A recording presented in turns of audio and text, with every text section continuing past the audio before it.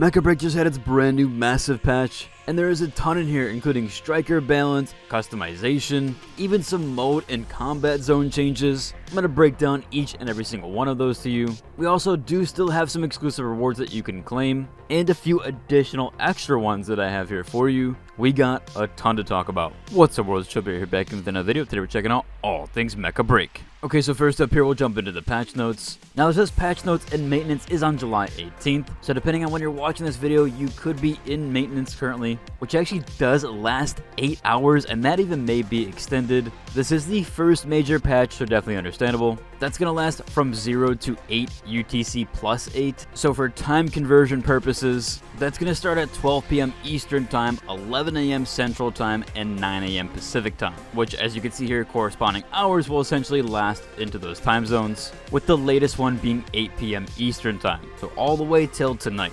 Again, it is to be expected there. Usually maintenance is around 4 hours. This one is doubled at 8, but it is their first patch, so hopefully they can kind of narrow that down a bit. And it also is smack dab right in the middle of the day for a lot of NA players. So again, hoping for either better times or even a shorter maintenance in the future. First up here with the patch notes, we have the striker weapon fixes and balance. These actually might shock a few of you, with the first one being Falcon. Now, they actually fixed his AUK-3 heavy missile launcher inconsistency with the front and back damage. So with either hitting an enemy in the front or back, the damage should now be consistent across both, and they have also done this fix in training range. Aquila is next on the chopping block here, where yes, the reason why I say chopping block is because they did get nerfed. There was actually an exploit with the airborne kit dodge not being consumed, or the energy not consuming. Again, this also applies to training range. I was noticing a few of them being in the air just a little bit too long, so definitely for sure that was needed to be fixed, and they have gone ahead and done that. That also same fix has applied to Inferno,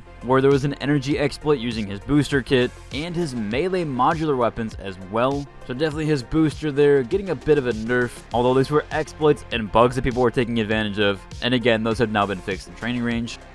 Here's the massive one. Stellaris' AUX-1 Tactical Claw no longer cancels Fortress or Turret form. That applies to Tricera and Stego. As you'll see here, when we do use our long range melee attack, you can no longer break them out of their Fortress or Turret form. So that one might actually move Stellaris down a bit and prop Panther a bit up. We'll have to wait and see on that one though, but yeah, essentially they can no longer move them out of Fortress and can't just pick those players up. With these changes, I will actually have an updated tier list. That one should be out here in the next few days. After hitting General 5 in Arena and decently high in Verge, although I don't play it as much, I think I do have a good grasp on the game overall. The last one here is Serenith. If you didn't know, you can remotely take points with this mech with his Disruption Grappler. That actually wasn't working with extraction beacons, so they have now fixed that where you can remotely take the extraction beacon. That is actually all the mech changes for this one. Surprisingly, Welkin isn't on here. Even though they did talk about nerfing Welkin, I still definitely think that mech needs a nerf,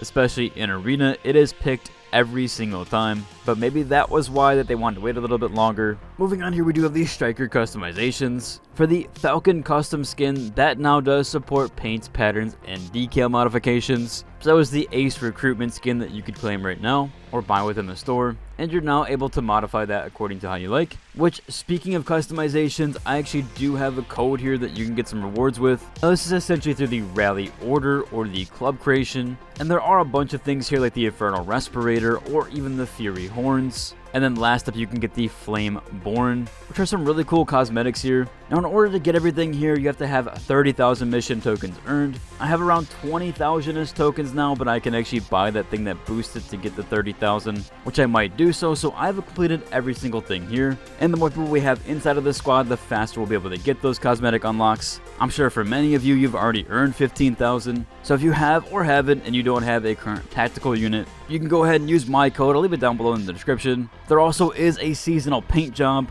and I have picked the gold and purple one. Two of my favorite color combos there. So if you're rocking with the purple and gold, and also the heavy axe insignia, or in this case called the heavenly axe, you can earn those through my little code here. Moving on though, we do have some additional pilot customizations with that. They now have added a confirmation screen when creating a new pilot, or editing a code name, or selecting the opposite gender. Those actually as well used to cost a fee, which was 680 Corite. As you can see here, when I did want to select a male pilot when I already created a female one, it was going to cost me 680. However, they have gone ahead and made those free now, so if you've already purchased it, they're going to refund you that Corite, and you'll get that via in-game mail. They have also changed the alter body and the alter style into separate sections, with style presets no longer included in the body changes. So you can swap around a few things there. You don't have to actually swap your body change, or at least also be in different categorizations. They have also fixed the heel height not applying to female pilots under the alter body, which if you didn't know yet, you can actually address your heel height. Moving on here, we actually do have modes, or any of the mode changes. That's under the tactical station. So first off, they've gone ahead and renamed matchmaking mode to ranked mode. Surprised this was there before, but I think they probably just wanted casual players to play in that mode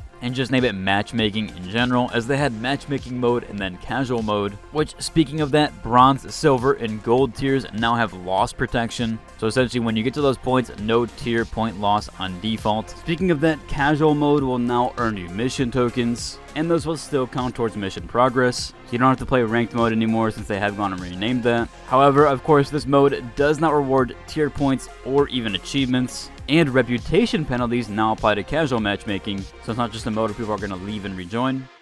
There has been some quality of life updates here as well. The active Verge missions will now appear at the top of your list. Completed missions will now be sorted to the bottom. That way it's easier to track those. Verge pre-deployment screens now show map objectives to help you plan your striker lineups. This was kind of one of the things before. Basically, you weren't essentially able to see what map you were playing on or what objective it was going to be. And in Verge, you cannot swap your striker like you can in Arena. So a bit rough there for some of them. Or if you picked Serenith for one of the team deathmatch ones, still a good mech, but normally they're really utilized in the objectives, or at least for those objective Verge missions. So yeah, now you can plan your team comp a little bit better. There's also been a blacklist feature added, where you can view teammates or opponents from the MVP stat screen, and it seems like you'll be able to avoid certain teammates. I actually really do like that for Arena. I've been noticing a lot of boosting going on in Arena, which is super unfortunate there, especially once you get to Grandmasters and General. I've been playing with a lot of people that have a Bronze teammate and a Grandmaster teammate,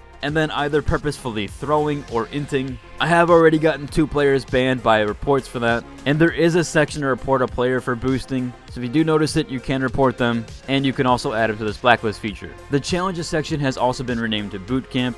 Next up here, we actually have a plethora of changes for Operation Storm, and this is for that extraction mode. They have mentioned that the reputation score rules have been loosened in Mosh Mock, and the final extraction no longer instantly ends the match. Seems like some players were kind of waiting that out and trying to see if they could scout in. I actually never got that far with the extraction mode. I've only played it so many times. That's pretty funny there for those that were kind of waiting for that final extraction, then for it to just end after it was done counting down.